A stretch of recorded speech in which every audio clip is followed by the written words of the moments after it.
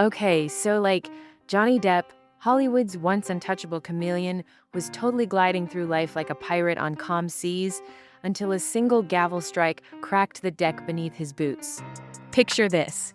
November 2020, London's grey drizzle kissing the courthouse steps, cameras clicking like ravenous cicadas.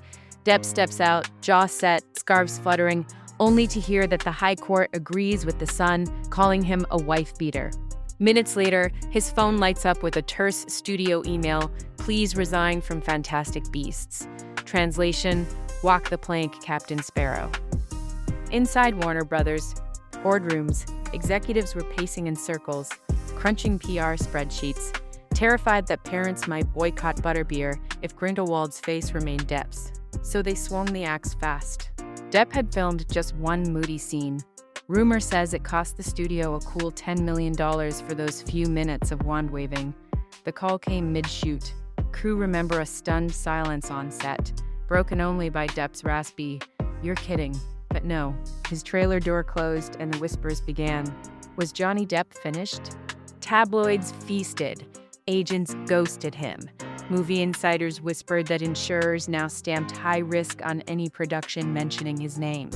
Here's the twist. Depp, furious yet calculating, posted a gentlemanly Instagram statement, thanking fans and vowing to fight on.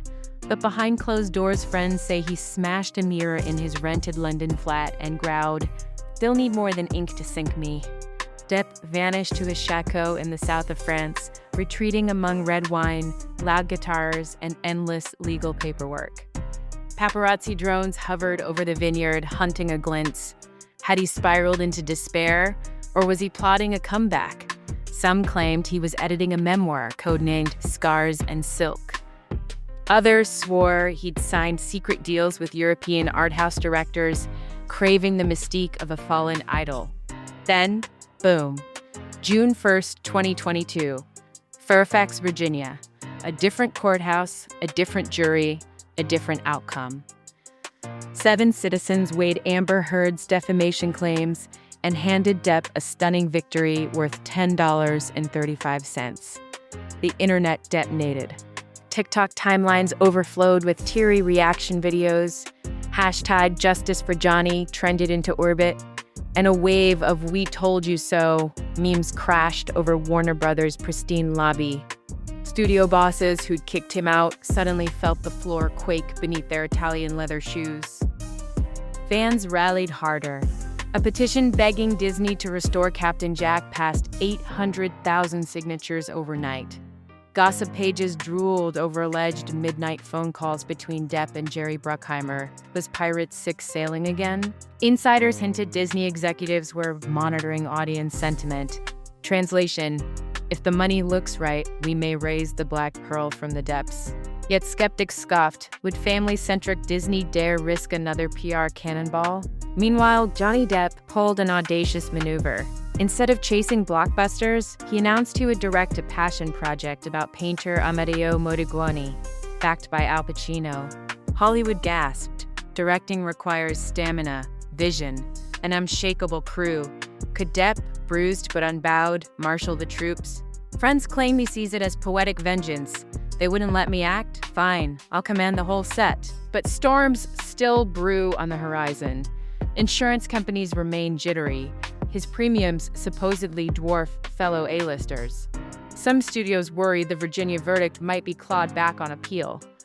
And the Amber Heard camp, though financially battered, isn't exactly singing Hakuna Matata.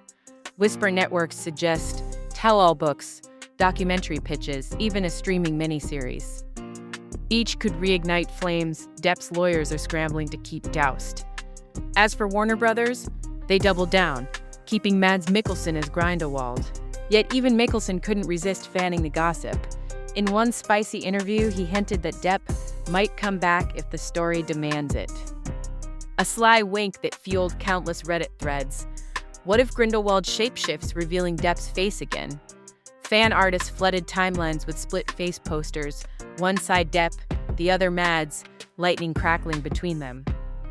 Behind the velvet curtains, Netflix is rumored to dangle a dark limited series tailored for Depp's brooding glamour.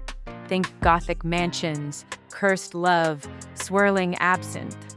At the same time, luxury fragrance house Dior, which never dropped him, quietly re-upped his Sauvage contract in an eye-watering 8-figure deal.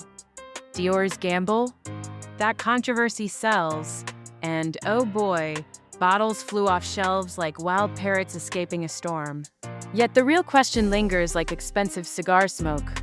Is Johnny Depp's story a cautionary tale of ego and excess, or the greatest resurrection Hollywood has seen since Robert Downey Jr.? Will Disney swallow its pride, hoist the Jolly Roger, and ride the tidal wave of public sympathy? Or will Depp carve a new kingdom in edgy European cinema while Tinseltown watches, jealous and trembling? For now, Depp roams between Paris film sets and backstage jam sessions with old rock legends, a walking cliffhanger. Each paparazzi flashbulb might capture the next clue. A script tucked under his arm, a sly grin hinting he just signed the deal of the decade, or maybe a shadow of doubt that the storm isn't over. One thing is certain, audiences cannot look away. We're anchored to this saga of scandal, redemption, and relentless charisma, waiting to see whether Captain Jack's compass points him back to box office glory or into the uncharted waters of art house legend. Want the next Hollywood bombshell before anyone else? Hit subscribe and tap the bell so you never miss the drama.